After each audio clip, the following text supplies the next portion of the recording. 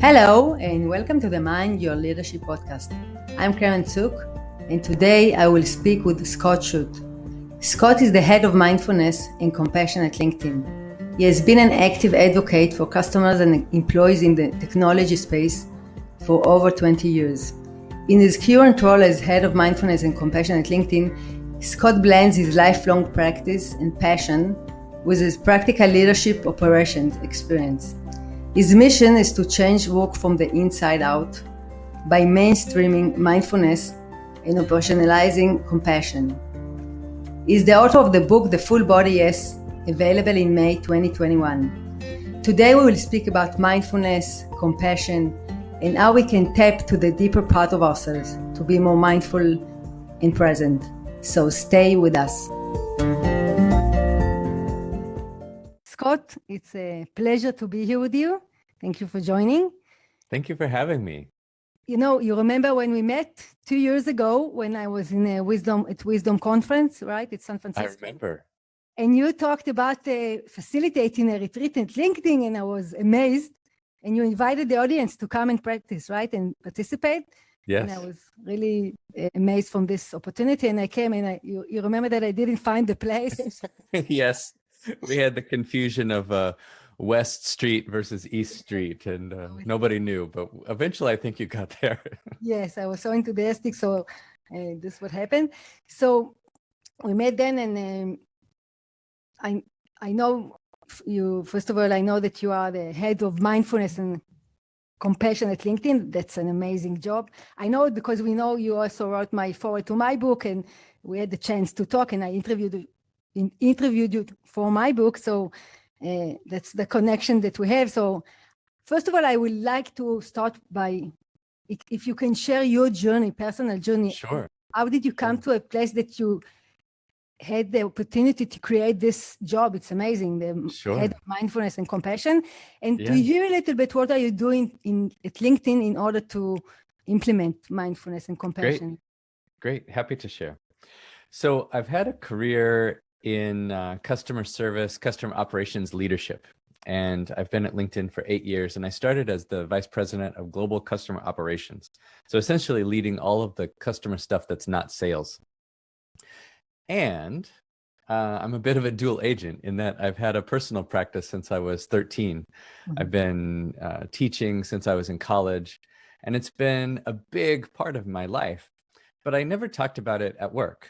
I would say my spiritual practice outside of work. And I got to LinkedIn, and after a couple of years, I realized, wow, what an amazing place. It's so open. You know, our CEO at the time, Jeff Weiner, was talking about his own practice using Headspace. And he was also talking about compassion in leadership. And I was thinking, wow, this is a place where maybe I could bring, my own practice in a secular and inclusive way, to the workplace. So I met with my friend who's the head of wellness, and he got all excited and I got all excited, and we decided I would lead a practice. But then I went back to my desk and I did absolutely nothing about it for like 3 months because I was terrified. I did not know what people would think about me. It was all ego and fear, What does this mean for my brand, and what are people going to think? Am I going to get in trouble? That sort of thing. But I finally got over all of that. Turned out was just internal nonsense, and led a single practice, on a Thursday afternoon at 4:30. And on that day, there was one person there besides me. And I'm sure he was just as terrified as I was. I never saw that guy again. And the next week there were 3, and then there were 5, and then it just became a regular thing. And then people knew that I did it. So I got invited to other events, like the marketing team. 300-400 people would have an offsite, and they do breakout sessions. And they're like, hey, Scott, can you come lead a session for one of our breakout sessions? So here I am now meditating with 80 people a couple times. Or the CFO would have a summit with 300 or 400 people and ask me to kick it off with a meditation. And so I became known as, kind of like the meditation exec. And it was then part of my identity, which was great. That's what I wanted, because that's who I am outside of work. So I finally got to this place where, my inside of work and my outside of work person were the same. Mm-hmm. And this was all still volunteering from my old, my VP role. And I raised my hand to be the executive sponsor of our mindfulness program, we didn't have one. And so myself with a bunch of volunteers created one. Uh-huh. And we did that for a few years and created what I think is, one of, if not the world's leading mindfulness program in a workplace. And then for me, the tipping point was our CEO, Jeff, gave the commencement address at Wharton, where he's an alumni, and he talked about compassion. Mm-hmm. Because in a commencement address, you get your one big piece of advice in 15 minutes or whatever. And he said, look, if you're going to be successful in life, if you're going to be successful at work, be compassionate. And then the next 2 or 3 times he's on TV, this is all the reporters want to talk about is compassion. And I was watching all this thinking, okay, it's time. It's time for me to do something different. I'd been in my role for 6 years, and I could see that I could make a career out of this mindfulness stuff. Mm-hmm. But 2 is, it was time for LinkedIn to really put our money where our mouth was, right? Because if we tell 15 or 16,000 employees that compassion's the number one thing that they can do, and then send them back to their desks, what does that mean? And so I made a pitch to Jeff, to our CEO, and also to our head of HR, and with their great support, essentially created this role almost 3 years ago now. Wow. Yeah. Amazing. And so the next part of your question is, okay, what does that mean?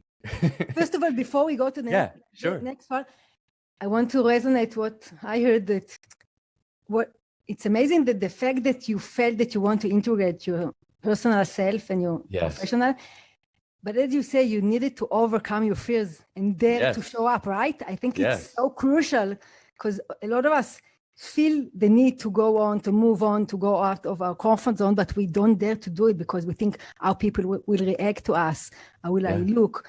So this is the amazing thing that I think enabled you to bring your presence to the world and show up. Yes. And turns out the biggest hurdle to all of this was me. That's always ourselves. The biggest blockage was my own mind, was my own fear, my own ego. So once I let that go, everything just flowed. So this was important for me to highlight, because I think this would enable you to take it forward. Otherwise, it wouldn't have happened. So that's amazing. So now to the next question about implementing. So how do you implement it in the... Sure. What does it mean? Okay, so I have 2 parts to my role.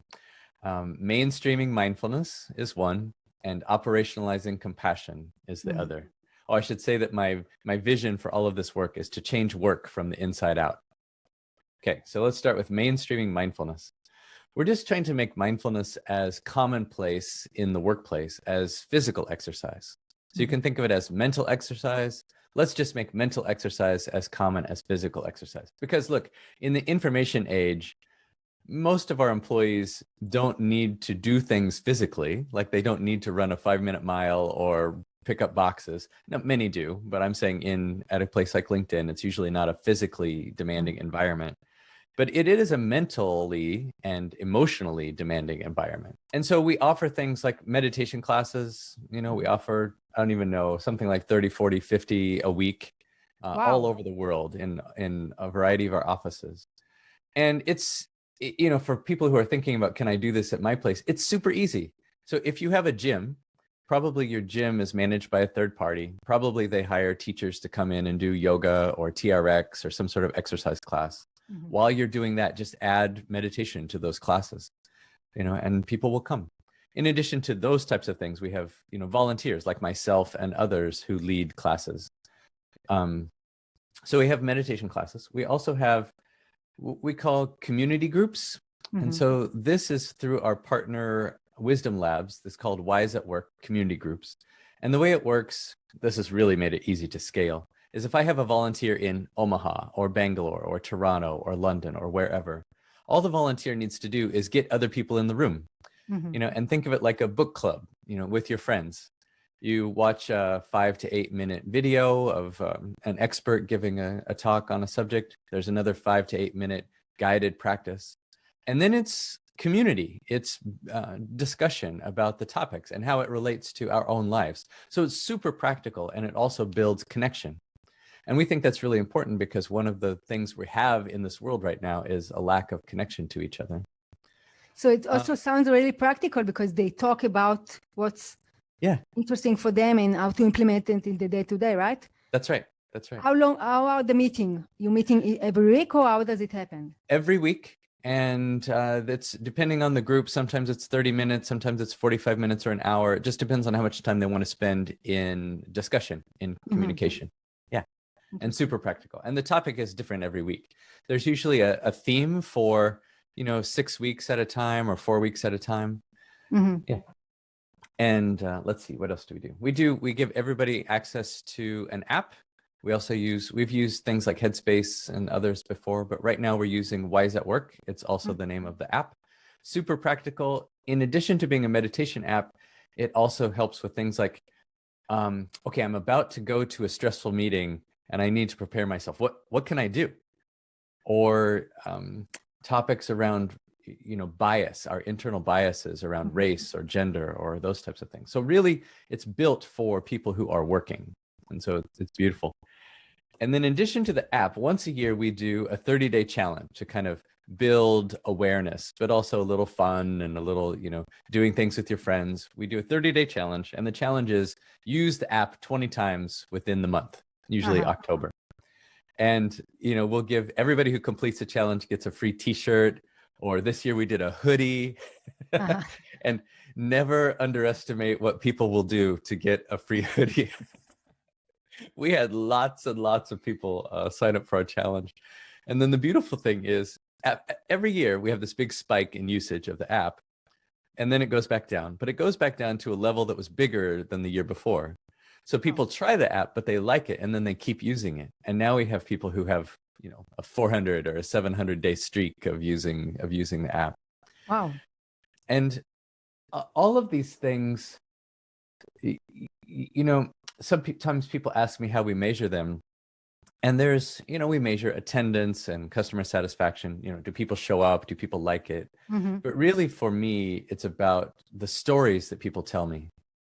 So I had this one woman, kind of long story short, I found out her story, and she said, okay, look, I used to think that this whole mindfulness stuff was just a bunch of BS, right? Just a bunch of hooey.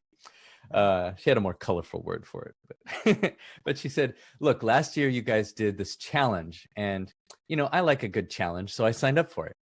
And now I'm on my 400th day streak. I have a 400-day streak of using the app, and it has changed my life. And this morning, she's telling this, a year or two ago, this morning I presented to my all hands, and it was like a team of 80 or so people. And she said, I never would have done that a year ago, because I was a spaz, I was hyper, I was nervous, I was terrified to get in front of people. But this year I did it. And even this morning, I was scared to go on stage, but I went to a conference room and I did my breathing and I calmed down and I went out there and I crushed it. And later I was talking to, my friends who are the leaders of the group, and I asked about her, and they said, oh yeah, she's really changed in the last year. Like, I'm not sure what happened, but like, she is so much. And they went on to be very complimentary. Wow. And I was thinking, wow, this is why we do this work, right? Amazing. This is why we do this work. Sure. So it's amazing how you make it accessible to people, and they even don't understand the benefits, and they start and they see the benefits and they continue on, right? Because it's much more bigger than calming and focusing on this moment or decreasing stress, right? That's right. Because once they see the changes, so as an example, I get hundreds of emails a year, but another one from a young woman a young mother during quarantine time, and she was so grateful for the programs that we offered. She was saying, I just want to let you know that I'm screaming at my kids a lot less. and it wasn't just that. She went on to say, look, I'm much more present. I'm such a better mother. I'm more calm myself, but more importantly, I'm such a better mother to my 2 little kids who are at home with me during this quarantine time.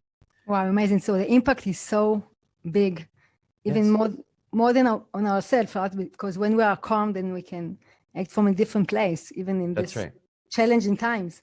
That's right. It changes everything. So I think it changes. First, it changes us. This is what I mean by changing work from the inside out. Okay. It changes us. And then it changes how we interact with everyone around us. Right. And that means our families, our loved ones, our team at work, but even for our customers. Imagine how much more creative we are, how much more empathetic we are, compassionate we are towards our customers. We want to do the right thing for them and for the broader world. So we end up delivering a much better solution. And so for me, the ROI is a no-brainer. This stuff costs almost nothing and has a giant impact, I believe. Yeah, sure. On creativity, innovation, and much more. And I want to connect with your vision that is also my vision, changing the world from the business world from the inside out. Yeah. And move on to your book, to the amazing book that you wrote, The Full Body Yes. Can you show us the cover? Soon to be published, right? Yes, on May 11th is the official day. We can see it. Can you put it there? Yeah. Oh. Yeah. Yeah, I'm excited. This was my COVID project, essentially at the beginning of the quarantine. I had started thinking about it, but when I had the outline and it was time to write, then quarantine started. And so instead of commuting for 45 minutes, in the morning, I did my morning practice, and then immediately went and started writing. And it just flowed. So I'm excited to share it with people. So I read the book and it's amazing. I really loved it. First of all, I want to ask you the question, because I want to connect from there. Why did you choose this name, The Full Body Yes? Yes, that's a good question. It came to me now. I originally wanted to call it From Me to We, because that's kind of what it's about. This movement from just thinking about ourselves to thinking about all of us. But for a variety of reasons, we changed it. And the full body yes is how we get there, kind of. So the full body yes is when we just know, when we tap into that deepest part of ourselves, beyond the mind, beyond the emotions, beyond the physical body, and we're in alignment with that deepest, truest part of ourselves, then this is the place, right? It's beyond. This is what we do when we breathe or have meditation or just calm ourselves. We get to this place. And when we get to this place, it allows us not only to see ourselves, but to see others. Mm-hmm. And so I wanted to write a book about compassion, and this is how we get there. It's amazing. I connected it to first of all, I was amazed when I read the book. I said, wow, you're such a courageous, because you talk the spiritual experience that you had up front. I share the same experiences, but I don't dare to talk them in my area because I come from outside the corporate world, so I need to speak the rational language. Otherwise, people will look at me strange. But it's interesting because you're coming from the corporate world, from the rational. You're a programmer, so you can take it far in there to bring your experiences. So this is, first of all, I was amazed by your courage to talk this language. Thank you. Wow, he's a really courageous person, because I said, wow. So it really resonated with me, and I did connect it to the name. I don't know. I see that it was my connection, but for example, you talked about your experience in the golf, right? When you felt that you are not alone there, and I said, wow. Yes. Nice. So I would be happy. So I saw the connection through this. Listen, as you said, listening to our body and our sensation and our emotion and to our inner wisdom or inner voice, and to act upon it. So I will be happy to hear your thoughts and to share with our listeners the story about the golf. Well, this is about 5 or 6 years ago, and I'll set the context first. It was a time in my life where my father had just passed away. And my father had always been my rock, and he was the one that I would always look to for those attaboys, for that external validation. I'm the youngest of 5, so I spent my whole kind of childhood trying to achieve to get this validation. And in the same period of time, my boss, who was also an executive, was letting me just, run my business, wasn't very involved in my work life. So I also didn't have someone at work to get that external validation from. And even my spiritual mentor in my personal life was unavailable to me. So I found myself for the first time in my life kind of at the top of the pyramid. Like there was nobody to go ask. Like it stopped with me, which is very different in my life. I've always looked for external validation. Okay. And then in that time period, I used to play golf with my son, maybe once or twice a week. He was on the high school golf team. And so we played a lot. And I never, ever played by myself. I always either played with him or I played with people at work once in a while. And on this day, it was a Sunday afternoon. I wanted to go play golf, and my son was busy. and he didn't want to go. And so I decided I would go by myself because I was feeling restless. I needed to get out. And I'm on the course, and I'm the only one on the whole course. Like there's nobody around me, nobody playing with me, but also nobody on the holes ahead of me or behind me. And I get to the third hole. It's this little par 3, 126 yards. And in this particular place, it's down in a valley. There's a creek that runs through it. There are foxes and rabbits and hawks. And the sun kind of goes through the trees, kind of, and you can see those rays of sunshine in the long, summer light. And I was feeling kind of starting to settle down, starting to calm down.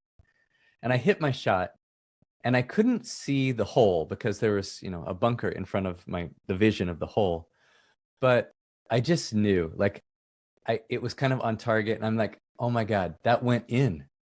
In other words, like, that's going to be my first hole in one ever, and I'm here by myself. Like there's no one here. Mm-hmm. And I got this voice that said, yeah, this is just for you.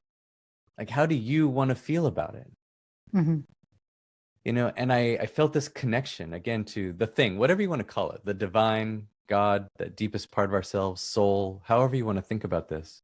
But I got this intuition, this voice. Mm-hmm. And then I had 126 yards to walk to the hole, to kind of have this conversation and to reflect on what was happening in my life. And of course I got there. I saw the mark where the ball had landed right in front of the hole. And there it was, in the hole with my signature on it. And I was thinking, of course, this is how it happens. Because had I been with my friends and my son, there would have been high-fiving and dancing and dropping my club and picture taking. And then for the next week, I would tell people about it at work. And again, I'd show them pictures. And every one of these experiences would have been reflected. My experience would have been reflected by other people's perceptions of the event. Mm-hmm. But instead, the voice was, this is just for you. How do you want to feel about it? And what it meant was that every experience in my life is just for me. How should I feel about it? If I post something, I should be happy just in what I've written instead of, okay, did it get 10 likes or 1,000 likes? Did people comment? What did they comment? Because we spend so much of our time wondering what other people think and what other people are going to say, instead of just living the full body yes, living as if I'm, the one that really matters for. So I really like this story, and I think this is part of what it means to be mindful and present, right? Listening to ourselves, to our intuition, to what feels right for us. And sometimes people won't like it, and that's okay. We can't please everybody. Yeah. I also had this lesson during my life, and I'm going forward and say, okay, some will like me, some won't like me, but what's important is that I will like myself, right? That yes. I will wake up in the morning and watch myself in the mirror and love what I am inside. That's right. And so I think, and the thing is, when we live in congruence with that thing, right? When we really have that full body yes, and we live with that love of ourselves and doing what we really love, instead of trying to please everybody else, turns out we deliver even better results, better results at work, better results with our families. And of course, it doesn't mean that we just become selfish and turn our backs to the world, but we start with ourselves, right? We start with living our values and living what's true for us. And then that allows us to have a bigger capacity to serve the rest of the world. That's so right. And, I'm nowadays also in challenges during my life, need to have the courage to show up, to be present, to be in conflict with people, and to go with my truth. And it's not easy, let's be honest, right? It's not so easy. Not easy. Because you are in the uncertainty. You don't know how people will react.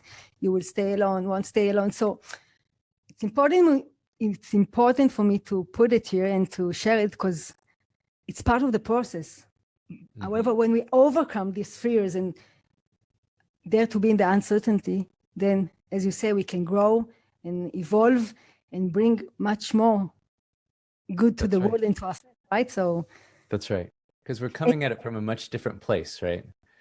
Before, we come at it from a place of fear. What are people going to think of me? So I try to thread the needle on doing exactly the right thing for what I think everybody else wants. instead of just living my full truth. Right. And so for me, once I was able to, in my job, once I was able to let go of the fear and just be my full self, I blossomed. I totally blossomed, and good things came my way.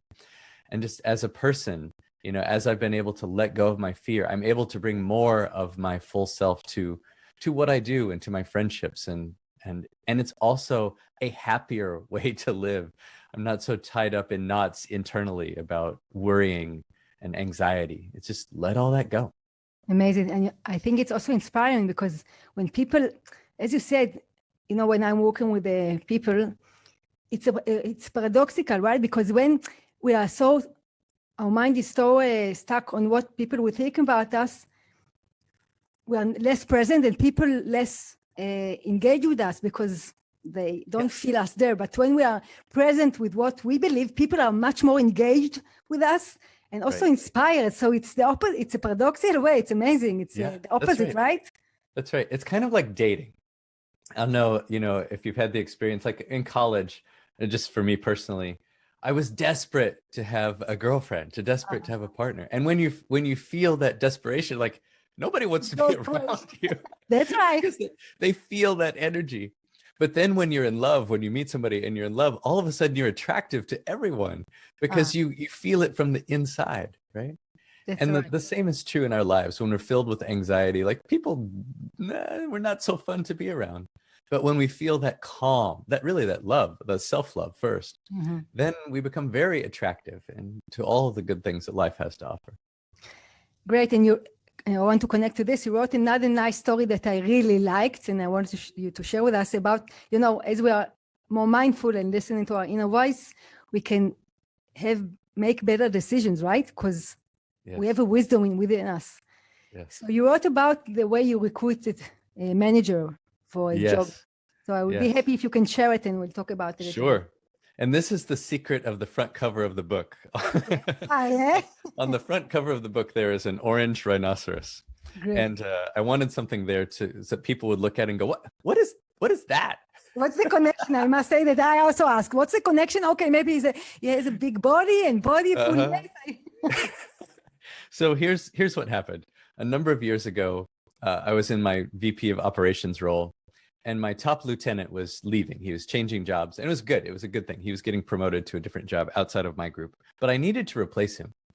And the stakes were really high because it was the most important role at the time, in what I was doing. And my success was definitely going to depend on the success of this new person. So I wanted to get it right. And we'd gotten a lot of people involved in the interview process, all these other VPs from other groups, my own team. We had done so many rounds of interviews, and we came down to the final two candidates, and we had interviewed these two candidates so many times.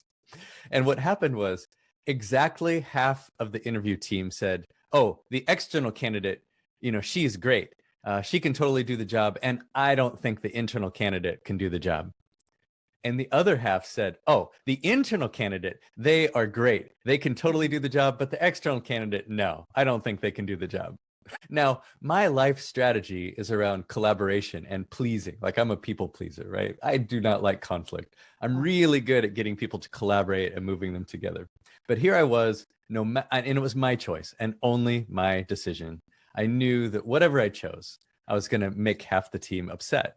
And so just like we were saying, I had all this fear, like, what are people going to think of me? I was trying to please everybody. And there was no more information to get. There was no more interviewing, no more data. It was going to come down to a decision. And both of them were great, right? Either would have been able to do the job. And so some people go with their gut. I had something a little different in mind. In contemplation one day, I kind of threw up my hands to the universe and I said, okay, look, I don't know what to do. And I don't do this very often, but this time I want a sign, I want to be sure. I want the no doubt sign. And so in contemplation, I first thought of the external candidate. And she had long, dark hair, and I was just kind of visualizing her. And I want a sign that's going to show up in real life, right? And so I said, okay, if it's her, I'm going to see. And what came to me was black hair tied in a bun, with a butterfly pin, in it. So some really specific, right? And then, okay, I let that go. And then I thought about the internal candidate. It's this person, and I thought about them. And I remembered that they have an orange work bag. So orange, I was associating with them. If it's this person, I'm going to see an orange rhinoceros. Uh-huh. And then I laughed. I'm like, and what? An orange rhino? Like, how is that? Okay, fine. And I let it go. And I said, okay, I'm going to be watching next 24 hours. Well, that day passed and another day passed and nothing happened. But on the next day, on a Friday afternoon, I'm with my team and we're at the movies. One of the Star Wars movies had just released and we were all at the movies on a late Friday afternoon. And I'm letting kind of the heat and the intensity of the day, the week just kind of slip away. I'm relaxing, eating my popcorn. And then on the screen, during a preview for an animated movie, across the screen bounces an orange rhinoceros. And first my mind took over. My mind is like, whoa, wait, was that maroon? Was it kind of like reddish orange? And then I had to let it go. And then I went inside. I'm like, does this feel right? And it felt right. And I felt in that moment kind of this secret handshake with the universe, right? That I had asked and the universe had provided. And then, I accepted. And this accepting part closes the cycle. And of course, the person we put in the role was fantastic at their job. What a story, huh? I loved it very much. You also talked about being seen, the need to be seen by your parents, by your friends. And I think it's also really resonated within me because I think each and every one of us feel this way. And yes. Especially, I think also in the workplace, people want to be seen, right? Yes. So from your viewpoint, what you think people can do in their corporate world in order to see each other? Sure. That's a great question. And when we talk about compassion doesn't have to be complicated. It can happen in every one of our conversations. And it starts with listening, right? Like you said, I think our deepest held need as a person is to be seen and recognized and ultimately loved by others. But it starts with just being seen for who I really am. And this is the paradox we talked about, right? When I show who I really am, this is what I'm also most afraid of. When I show who I really am, I'm afraid that people won't like it. Yeah. But when I show who I really am and people are accepting, then that is a glorious, glorious feeling. So what we can do as people is to provide that space to really listen, to really allow someone to kind of let their walls down and be vulnerable. And so if we are what I call the first mover, in vulnerability, the other person is encouraged to be vulnerable as well. So when we do it, other people will do it. So it starts with listening and smiling and asking real questions. So instead of just saying, oh, hey, Karen, how are you? Most people go, oh, I'm fine. I'm good. This is what expected of you, no? Yeah. But if we say, oh, how are you? In fact, on a scale of 1 to 10, how are you today? And then really listen to the answer, not just a throwaway starting conversation, but really listen. And if somebody says, oh, I'm a 6, I'm like, oh, okay. Well, what would it take for you to be a 10 today? Or like, is there anything I can do to help you, be a 10 today? Not that we have to be 10s all the time, but it's just a starting place for the conversation to say, look, I am here and I actually care about you. I really care about you. So how can I be of service to you in your life? That's great. And yes, as you said, being authentic and being present, dare to show up with what we're feeling right now and not put a mask or play the game that when we feel that we need to play, because people feel our being, right, more than what we say or do. That's right.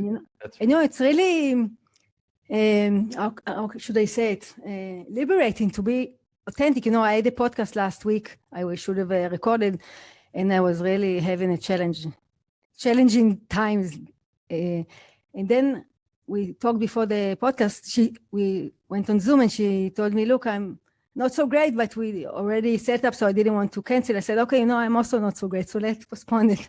So it was so liberating to be honest and say, okay, I'm not fine today. It's okay not to be. Yeah. That's right. And just to be real with what is, because, and sometimes there's nothing for the other person to do. And we shouldn't be trying to solve each other's problems all the time, but just to be there to say, I may not be able to solve your problem, but I just want you to know I'm here for you. If you want to talk or you just need anything, I'm here. Be present. That's Be amazing. present. That's it. And not judgmental, right? And not trying to fix the problem, as you said, and just be there with them. Sometimes that's what people need. Yeah. Scott, I enjoyed our conversation. I can continue for hours. So, but before we wrap up, I want to ask you, how would you like to see the corporate change? And what should listeners always remember if they wish to be more mindful and compassionate in the workplace? Big question.